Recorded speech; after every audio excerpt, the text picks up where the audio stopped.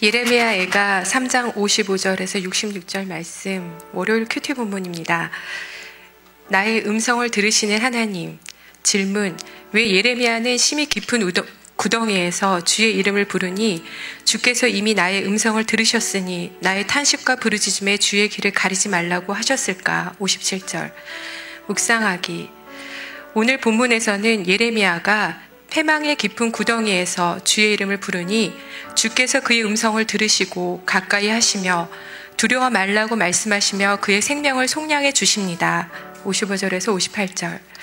주일 말씀에 천국과 지옥이 있는 것을 믿는다면 예수님을 믿지 않는 내가 사랑하는 가족이나 오이코스들에게 침묵을 깨뜨리고 가서 알려야 한다고 하였는데 당장 눈앞에는 아무 일도 일어나지 않는 평온한 일상만 보이니 죽음 이후의 지옥에 대해 심각하게 생각되지 않는 것 같습니다. 육의 눈으로 보면 죽음 이후에 심판이 있고 예수님을 영접하지 않는 영혼들은 오늘 본문의 유다 백성과 같이 완전히 망하여 지옥에 갈 수밖에 없다는 것을 실감하지 못하는 것 같습니다. 저도 모태신앙으로 오랜 신앙생활을 했어도 제자훈련 이전에는 믿음이 약해 늘 영육이 피곤하고 힘이 없었기에 예수님을 믿지 않는 영혼에게는 영원한 패망이 기다리고 있다는 것을 체감하지 못하였습니다.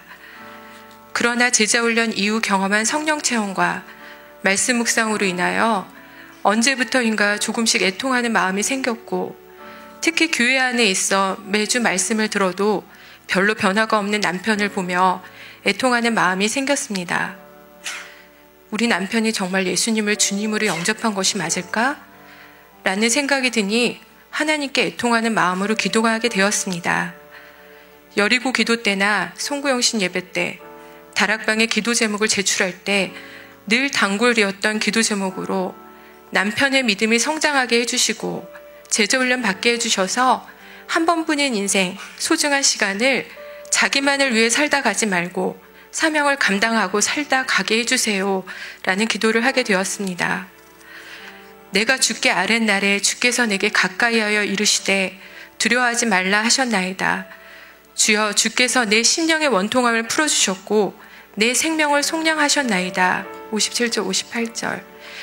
예레미야가 주께 아뢰니 주께서 들으시고 그의 생명을 속량한 것처럼 하나님은 나의 오랜 기도를 들으시고 작년부터 남편이 다락에 나오게 하시고 여리고 기도를 완주하게 하셨으며 올해에는 이직을 통해 마음을 낮아지게 하시어 제자훈련을 받게 하시는 것으로 신실하게 응답하셨습니다.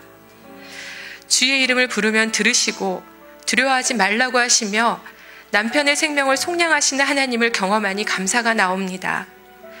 그러면서 오랫동안 초청해도 아직 교회에 나오지 않는 둘째 언니와 형부를 위해 계속 주의 이름을 부르며 주께 아뢰면 주께서 언니네 가족을 속량하여 주시겠다고 약속하여 주시니 오이코스를 위한 기도와 침묵을 깨트리는 수고를 멈추지 말아야겠습니다. 적용하기. 언니에게 오이코스 초청장을 주고 초청하겠습니다. 다락 모임 때 순원들의 오이코스를 위한 기도를 계속하겠습니다. 기도하기.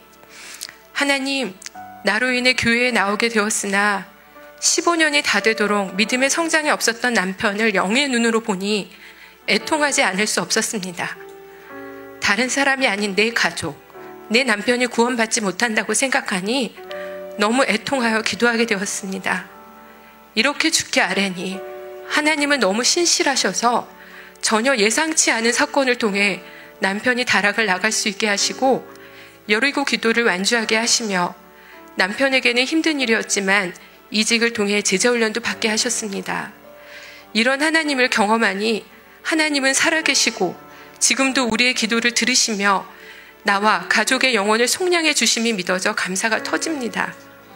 하나님은 패망하는 유다 백성을 보며 애통하는 예레미야를 통해 내 주변에 믿지 않는 가족과 이웃들을 위해 애통하라고 기도하라고 말씀하십니다.